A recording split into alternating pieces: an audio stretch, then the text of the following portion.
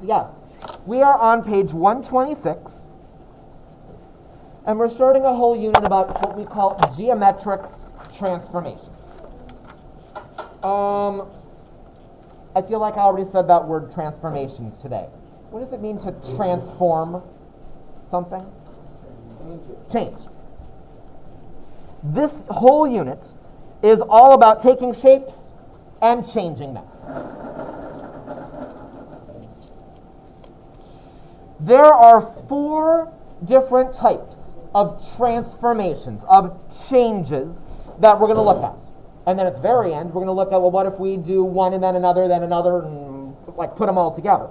But for the next week and a half, we're just going to kind of go one by one and talk about all the details behind how those are going to work. The first transformation we're going to deal with, these are reflections, and we're going to deal with those today. Reflections.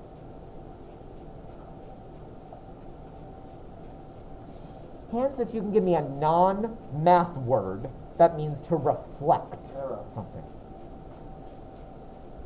Mirror. I've got another one that starts with an F. FL. Flip. We can mirror something or we can flip something. If we flip it, that's what we're going to be looking at today and tomorrow, taking shapes and flipping them over a line. That's today and tomorrow. Wednesday, we're going to talk about translations. Not like the translations you would do in Spanish class or something like that.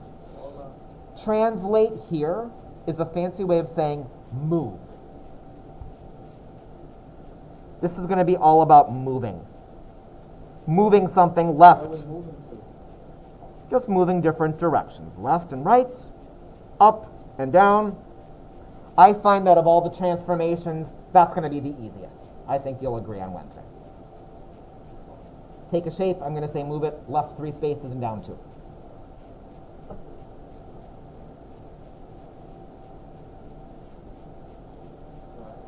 Next week we're going to talk about these things called dilations. It is. Dilations. If you go to the eye doctor and they put drops in your eyes, it dilates your pupils. Why do they do that? So they can see better into your eye. That's what they're trying to do. But what does that actually do to the pupil in your eye? Makes it bigger.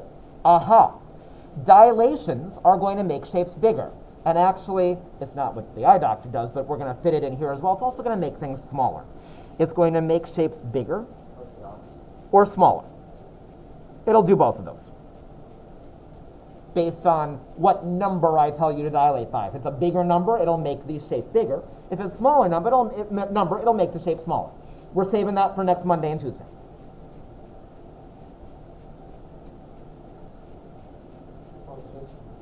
Rotations is number 4.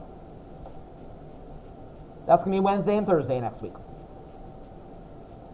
Give me another word for rotate. Turn? We already flipped.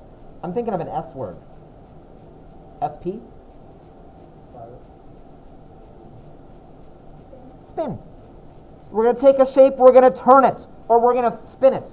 And see what it looks like? That way.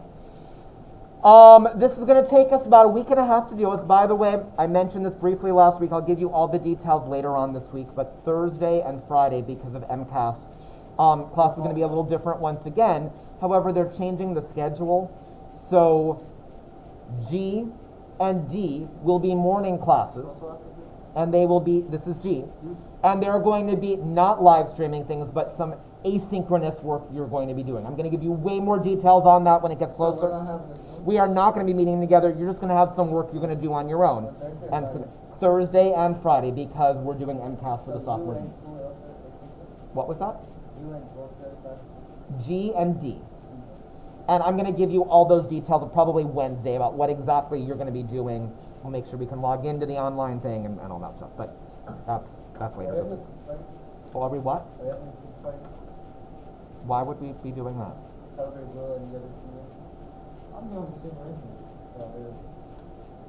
That's sad. Plus there's like a no food in classes thing this year. Okay, next, vocabulary.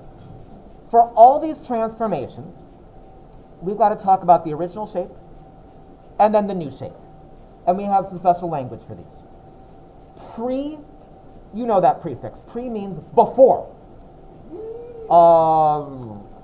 So pre-image is going to be the before shape, or we can call it the original shape. The shape before we change it. The pre-image is the original shape.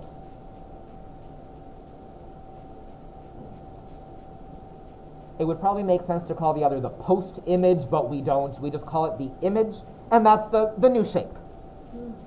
The one that's been transformed, the one that's been flipped, or spun, or moved, is called the image. And these are words we're going to use for all of our transformations. When we do a reflection, we'll take a pre-image, transform it, and get an image. When we do a rotation, we'll take a pre-image, transform it, get an image. The way it works is we take a pre-image, we apply some sort of transformation to it, make sure all this is getting written down, and then we get our new image. We take our pre-image, we apply one of our 4 transformations, we'll flip it, we'll turn it, we'll spin it, we'll make it bigger, and we'll get our new shape. And again, this is something we're going to be dealing with throughout the entire unit. One more general thing, and then we're going to start getting into reflections and all those details. We take our pre-image, we transform it, and we get our new, what we call, image.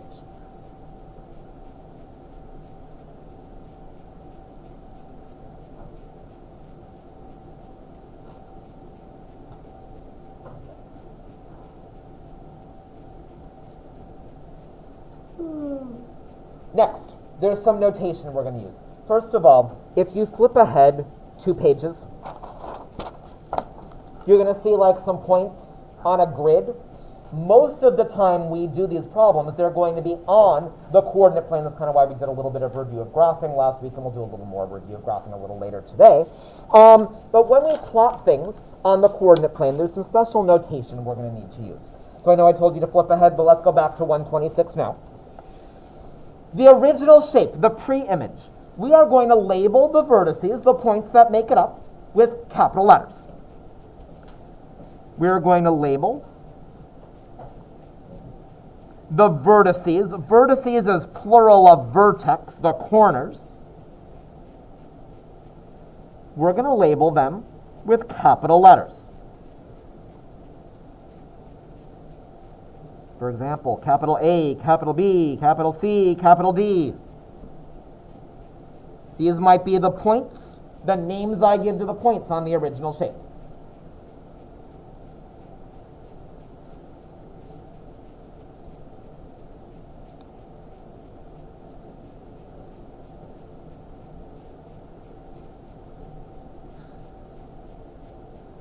The way I'm going to name them on the image is I'm going to again use capital letters, but I'm going to call them capital prime letters, and hold on for a moment with that. I'm going to label the vertices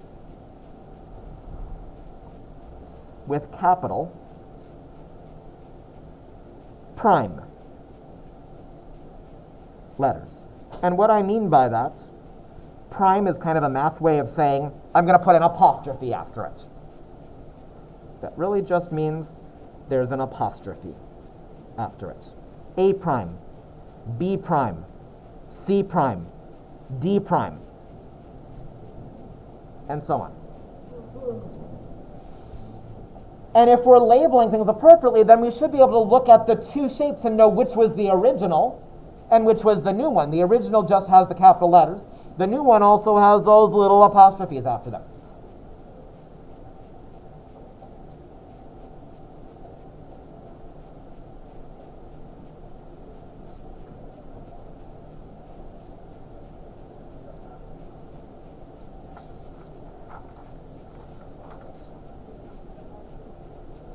for example, let's say I had a triangle with the points labeled A, B, C, and I did a transformation that moved it to get a triangle like this.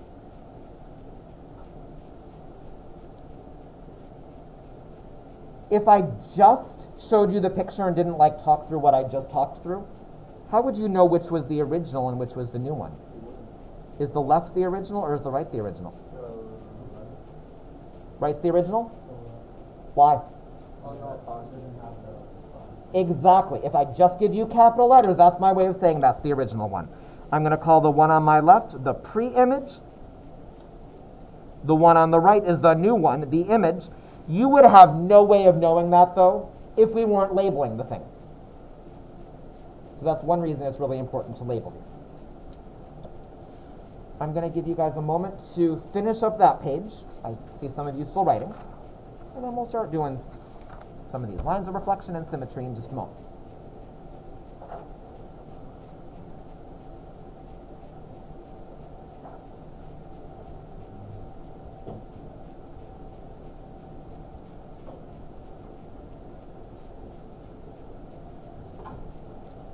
You still going?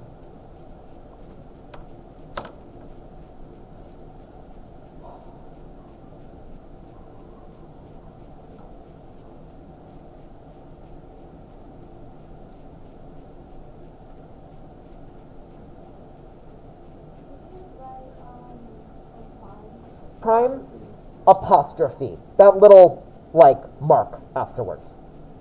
That's all that prime means.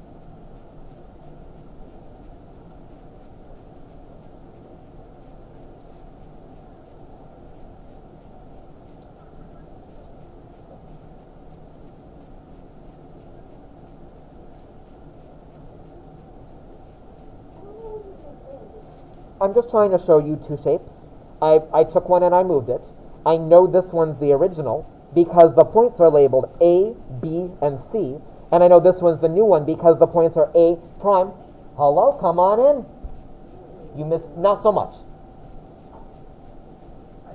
Hello. That was quick and easy. And I think I'm going to stop recording now.